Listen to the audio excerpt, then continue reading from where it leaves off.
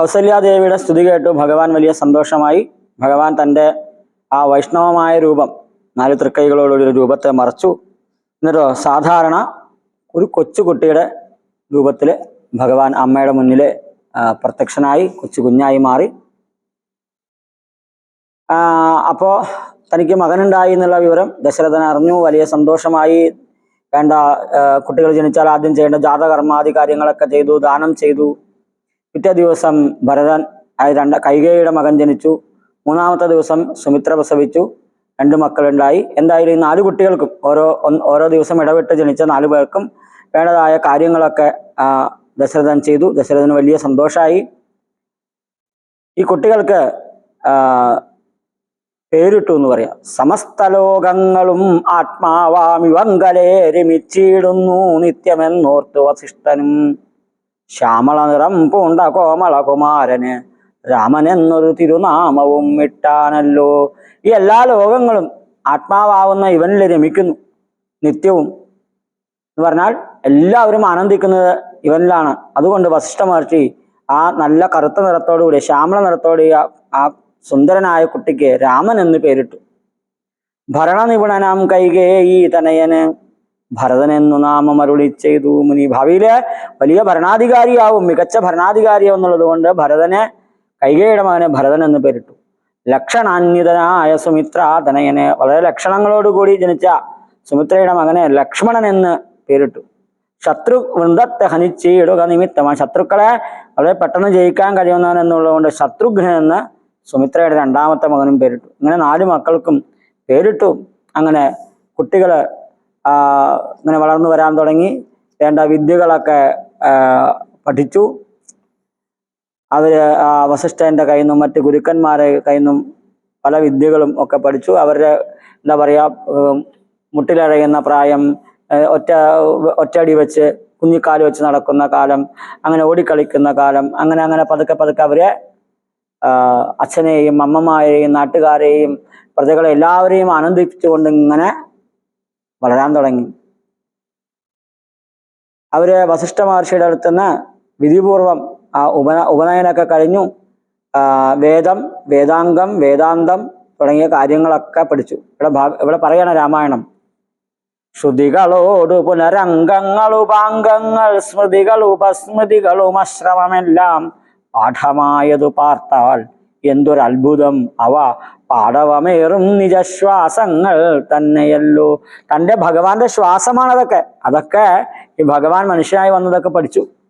സകല ചരാചര ഗുരുവായി മരുവീടും ഭഗവാൻ തനിക്കൊരു ഗുരുവായി ചമഞ്ഞിടും സഹസ്രപത്രോത്ഭവപുത്രനാം വസിഷ്ഠന്റെ മഹത്വമേറും ഭാഗ്യമെന്തു ചൊല്ലാവതോർത്താൽ. ലോകത്തിന്റെ മുഴുവൻ ഗുരുവാ ഭഗവാൻ. ആ ഭഗവാന്റെ ഗുരുവായിട്ട് മാറാൻ വസിഷ്ഠ മഹർഷിക്കുണ്ടായ ഭാഗ്യം. അങ്ങനെ ആ കുട്ടികൾ അവിടെ വളർന്നു. വേണ്ട വിധത്തില് അസ്ത്രവിദ്യകളും എല്ലാം പഠിച്ചു. ഇങ്ങനെ അവര് സുഖമായി അവിടെ വസിക്കുന്ന കാലത്ത് ഏകദേശം ഒരു ഇതിൽ പറയുന്ന ഒരു കണക്കനുസരിച്ച് അല്ലെങ്കിൽ 10-14 വയസ്സായിട്ടുണ്ടാവും. കൗമാരക്കാലം ആയ സമയത്ത് അവിടെ വിശ്വാമിത്രൻ എന്ന് പറയുന്ന മഹർഷി അവിടെ വന്നു. ദശരഥന്റെ അടുത്ത് വന്നിട്ട് പറഞ്ഞു, എനിക്ക് രാമനെയും ലക്ഷ്മണനെയും വേണം. ഞാനൊരു യാഗം ചെയ്യുന്നത്, ആ യാഗത്തെ മാരീചൻ, സുബാഹു തുടങ്ങിയ രാക്ഷസന്മാരൊക്കെ മുടക്കുന്നുണ്ട്. അപ്പോൾ യാഗത്തെ രക്ഷിക്കാനായിട്ട് അങ്ങയുടെ രാമനെ അയക്കണം, കൂടെ ലക്ഷ്മണനെ അയക്കണം. ഇത് കേട്ടപ്പോൾ ദശരഥന് വലിയ വിഷമായി. കാരണം കൊതിച്ച് കിട്ടിയ കുട്ടിയാ. അപ്പോൾ അവരങ്ങനെ കണ്ട് കൗതുകം തീർന്നിട്ടില്ല. അപ്പോഴാണ് മുനി തൻ്റെ കൂടെ അയക്കണം എന്ന് പറഞ്ഞത്. അപ്പോൾ ദശരഥന് വലിയ സങ്കടമായി. വേറെന്തെങ്കിലും തരാന്നൊക്കെ ഒഴിയാൻ നോക്കിയെങ്കിലും നടന്നില്ല. വസിഷ്ഠ മഹർഷി കാര്യങ്ങൾ പറഞ്ഞു ബോധിപ്പിച്ചു. ആരാ രാമൻ? രാമൻ സാധാരണ മനുഷ്യനല്ല. ആ ബ്രഹ്മാവ് പ്രാർത്ഥിച്ച അനുസരിച്ച് ഭഗവാൻ വന്നിട്ടുള്ള ഭൂമിയുടെ ഭാരത്തെ കളയാനായിട്ട്. അപ്പോ ആ കൗസല്യയുടെ മകനായിട്ട് വന്ന് അവതരിച്ചിരിക്കുകയാണ്, ആ രാമനായിട്ട് വന്ന് അവതരിച്ചിരിക്കുകയാണ്. എന്നിട്ട് ദശരഥന്റെ പൂർവ്വജന്മവും, ദശരഥൻ ആരാണ്, ഈ രാമൻ ആരാണ് തുടങ്ങിയ കാര്യങ്ങളൊക്കെ പറഞ്ഞു. അതൊക്കെ കേട്ടപ്പോൾ ദശരഥന് കാര്യം ബോധ്യമായി. വേഗം പറഞ്ഞു, എന്നാ ശരി, രാമനെയും ലക്ഷ്മണനെയും കൊണ്ടുകൊള്ളാം. മനസ്സോടെയാണ്, തൻ്റെ മക്കളല്ലേ, ഭഗവാനാണെങ്കിലും കൊണ്ടുപോയിക്കോളൂ എന്ന് പറഞ്ഞു. അങ്ങനെ ആ വിശ്വാമിത്ര മഹർഷി ഈ 2 കുട്ടികളെയും കൊണ്ട് ആ കൊട്ടാരത്തിൽ നിന്ന് പോയി. കൊട്ടാരത്തിലെ എല്ലാ സുഖസൗകര്യങ്ങളും വെടിഞ്ഞ് ആ രണ്ട് കുമാരന്മാരും വിശ്വാമിത്ര മഹർഷിയുടെ കൂടെ നടക്കാൻ തുടങ്ങി. വിശ്വാമിത്ര മഹർഷി പറഞ്ഞു, നിങ്ങൾക്ക് വലിയ ബുദ്ധിമുട്ടുണ്ടാവും എൻ്റെ കൂടെ വരാൻ. കാരണം എന്താണ്? കൊട്ടാരത്തിലെ ഒരു ബുദ്ധിമുട്ടും അറിയാതെ കൊണ്ട് വളർന്ന കുട്ടികളാണ് നിങ്ങൾ. സമയത്തിന് ഭക്ഷണം കുടിക്കാനും കഴിക്കാനും ഉറങ്ങാനും ഉണ്ണാനും എല്ലാം ഉണ്ട്. കാട്ടിലൊന്നും ഉണ്ടാവില്ല. അതുകൊണ്ട് ഞാനൊരു സൂത്രം പറഞ്ഞുതരാം. വിശപ്പും ദാഹവും ഇല്ലാതെ കണ്ടിരിക്കാനായിട്ട് ബല അതിബല എന്നുള്ള 2 മന്ത്രങ്ങൾ ഉപദേശിച്ചു കൊടുത്തു. ഈ ബല അതിബല എന്നുള്ള അവരുടെ പേരാണ്, മന്ത്രങ്ങൾ വേറെയാണ്. അതൊക്കെ പഠിച്ച് ജപിച്ചോളാൻ പറഞ്ഞു. അങ്ങനെ അവരത് പഠിച്ച് അങ്ങനെ ജപിച്ചു. അപ്പോൾ അവർക്ക് പിന്നീട് അപ്പം മാത്രമല്ല, പിന്നീട് വനവാസത്തിന് പോയ സമയത്തും ഇതൊക്കെ പ്രയോജനപ്പെട്ടിട്ടുണ്ടാവും. അങ്ങനെ അവര് ഈ വിശ്വാമിത്ര മഹർഷിയുടെ യാഗശാലയിലേക്ക് പോണ സമയത്ത് ഒരു കാട്ടിലൂടെ പോവായിരുന്നു. അപ്പോൾ താടക എന്ന് പറഞ്ഞ രാക്ഷസി അവിടെ അലറി പാഞ്ഞു വന്നു.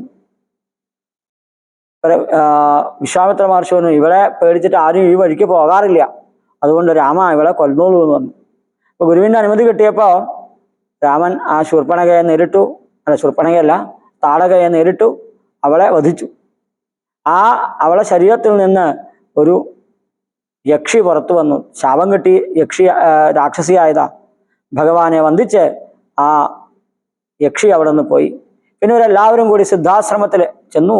അവിടെ മുനിമാരെ ആ വിശ്വാമിത്ര നേതൃത്വത്തിൽ വലിയ യാഗം നടത്തി. ആ യാഗത്തെ ഭഗവാൻ രാമനും ലക്ഷ്മണനും കൂടി രക്ഷിച്ചു. മാരീചൻ, സുബാഹു തുടങ്ങിയ അസുരന്മാരെ അവിടെ വന്നു.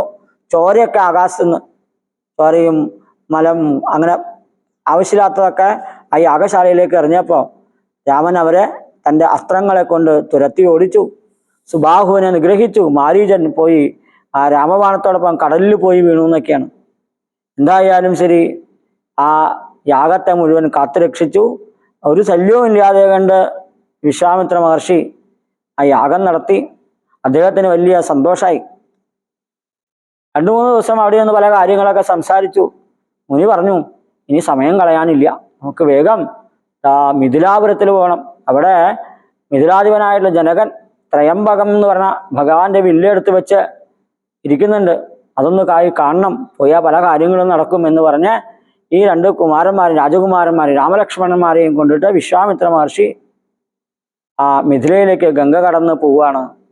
അതിനുശേഷം ആ പോണ വഴിക്ക് ഭഗവാൻ അഹല്യയ്ക്ക് മോക്ഷം കൊടുക്കുന്ന ഭാഗം, പിന്നീട് ആ മിഥിലാപുരിയിൽ ചെന്ന് സീതയെ സ്വയംവരം ചെയ്യുന്ന ഭാഗങ്ങളൊക്കെയാണ്. അത് നമുക്ക് അടുത്തതിൽ കാണാം.